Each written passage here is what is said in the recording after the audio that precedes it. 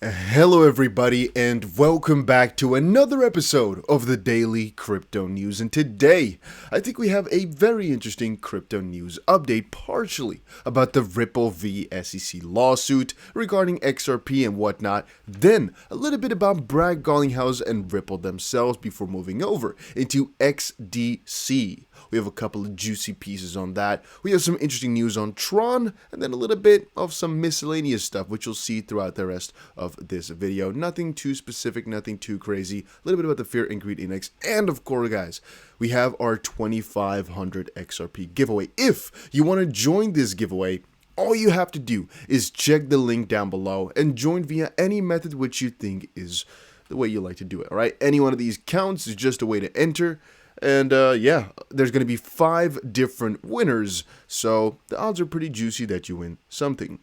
Let's first take a look at the crypto market though, as we're again a neutral day, I would say, -1 or so percent overall on the market. Nothing too special. A couple of coins are doing some very interesting things. For example, Ape is doing really well as they have the launch of their land coming up. I am honestly expecting the price to dump a little bit in the short term. Again, my own expectation. And Stepan, the token which you basically have to walk around and earn money with, but you need a lot of it, is doing pretty well. The price dumped a little bit earlier, but it's doing well again, which I would say is also quite logical, as it's quite a hype right now. Then again, market is not so interesting, nothing too crazy is happening, and to kind of aid onto that, I honestly think we're in a pretty good position, as the Fear and Greed Index is showing 20, while the market is really not that negative or anything like that, so I honestly think this is quite a good buy signal, funny enough.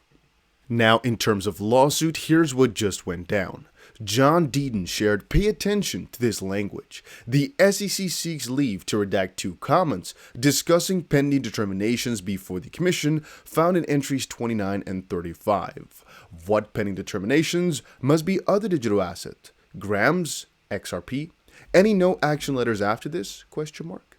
And what we're talking about here is just added couple hours ago, letter from SEC to Judge Netburn reasserting privilege over Hinman speech documents. You can see it right here as well, as James Fillen also posted this, obviously. It says here, let's quickly see if we can find the official comment. The SEC has filed a letter motion asserting the attorney-client privilege in connection with the Hinman speech.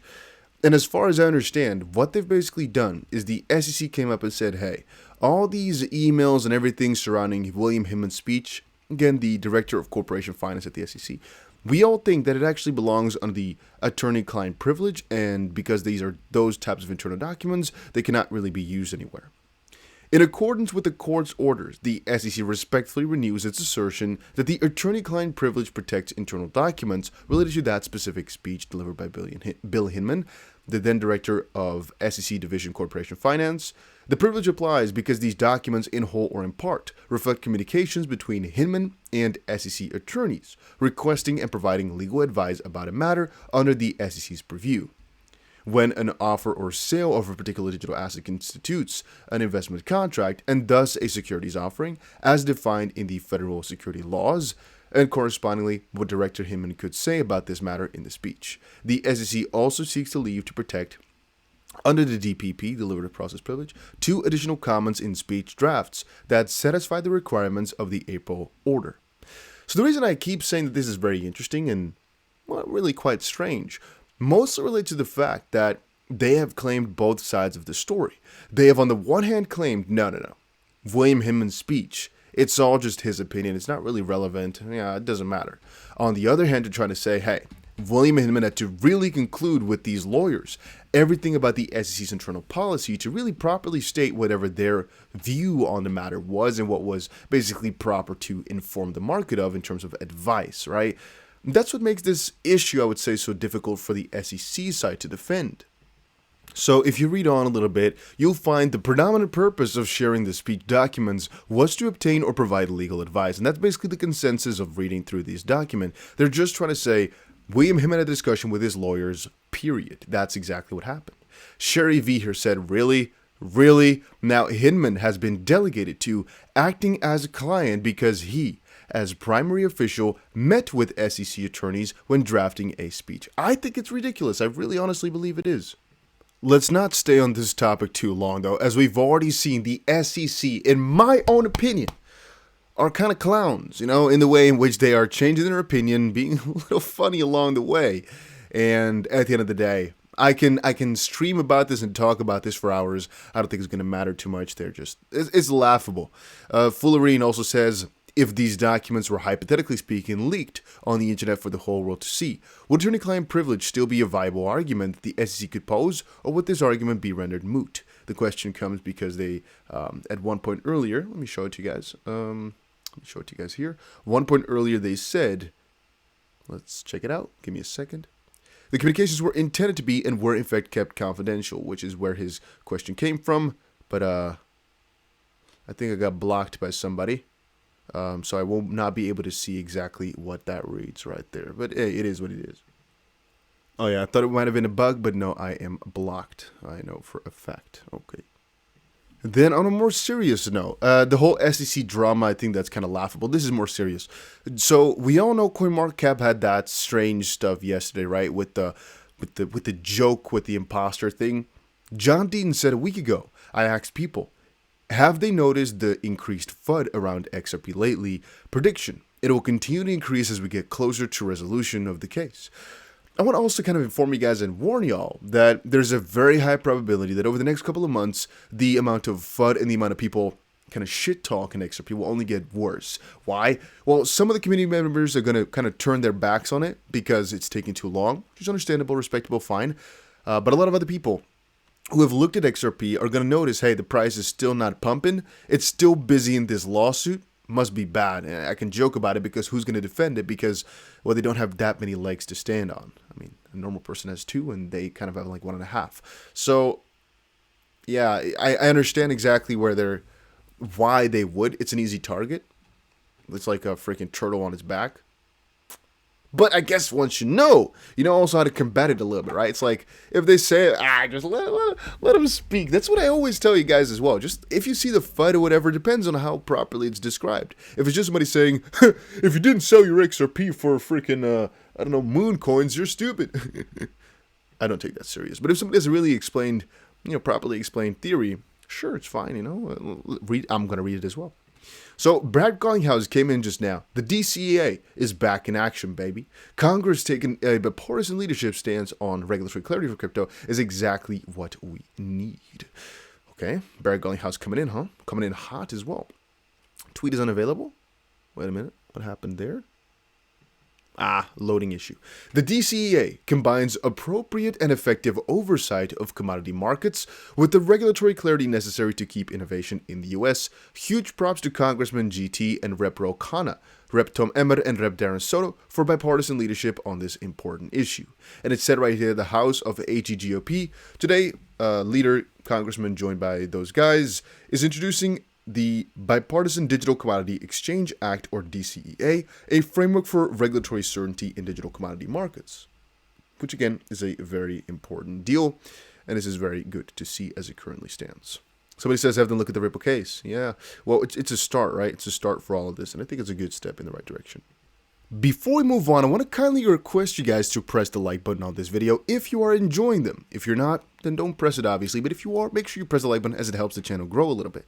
Having said that, XDC, Xinfin's double triumph with XDC NFT and XDC. So basically, XDC NFT Marketplace is now live and open. Congrats to Blockworks team. Blocks is the native token. XDC NFT is built on the XDC network. I am not going to say that this is something that you should use and it's going to be very good, yada, yada, yada, because it's not necessarily a major factor for the XDC price yet. There's another point that I'd like to make, though, and that is actually utility-wise. I mean, for XDC, this is a very big step, even though it's not necessarily crazy bullish on the XP price short-term. XDC price short-term. Why? Well, you need, as a cryptocurrency platform or project as a whole, you need these types of utility features or products built on top of your platform to actually be a one layer or a one-stop kit or whatever. Guys, might have a problem. My watch has stopped ticking. I hope it's just empty because I leave it laying around. Uh-oh. Automatic watch, by the way, if you're wondering. I was like, but we'll see. We'll see what it goes. I might have not worn it in a couple of days, so that could be good. Whew. I hope so. I think so. All right, sorry, guys. So you need that, basically, as logically speaking.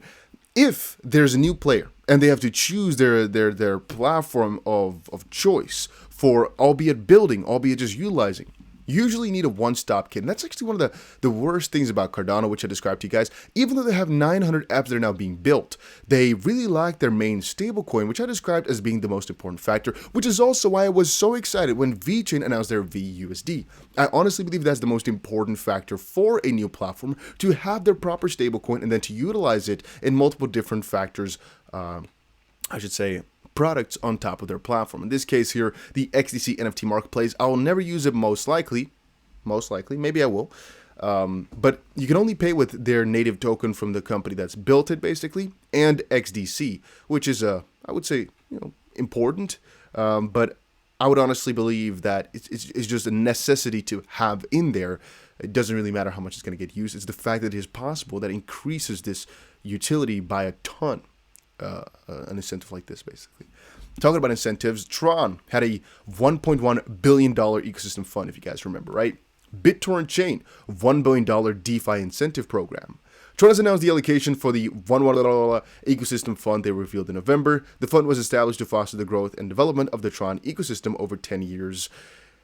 Interesting, right? Not exactly sure what they're going to do with this. It just says here that some people have received some money, receiving $25 million as liquidity mining rewards. Another $150 million will be distributed as mining and staking rewards through various other competitive protocols in the ecosystem. Other $600 million will be devoted to broadening the DeFi landscape by investing in a wide range of unique and innovative DeFi projects on the network. And I honestly think Tron has fallen off a little bit. If you guys don't remember, I used to make a ton of videos about Tron, because I was really excited about the way in which they were doing things, specifically in terms of marketing, but they've kind of let me down with Justin Sun's false promises, and I would say one of the biggest letdowns was the fact they were not picking up the pace as they should have when they had the opportunity to really scale. They were kind of lackluster. A lot of people call it them Ethereum copycat, which I can agree or disagree with. It doesn't matter. But they had a chance to pick up at that point, and they were kind of lacking with their updates. They were a little bit slower than expected, which kind of cost them the head of the race. All right, I had a couple more articles, but I think that this is good for right now. As we cover the most important stuff for right now, I want to get this video out as soon as possible. Guys, remember to check out the 2500 XRP giveaway. A link for that is going to be down below. The winners will be picked the 15th of May, 14 days left, and there'll be 5 winners. So check it out, and I'll see you guys again in another crypto video. Make sure to subscribe to the channel if you enjoyed it. Adios, amigos.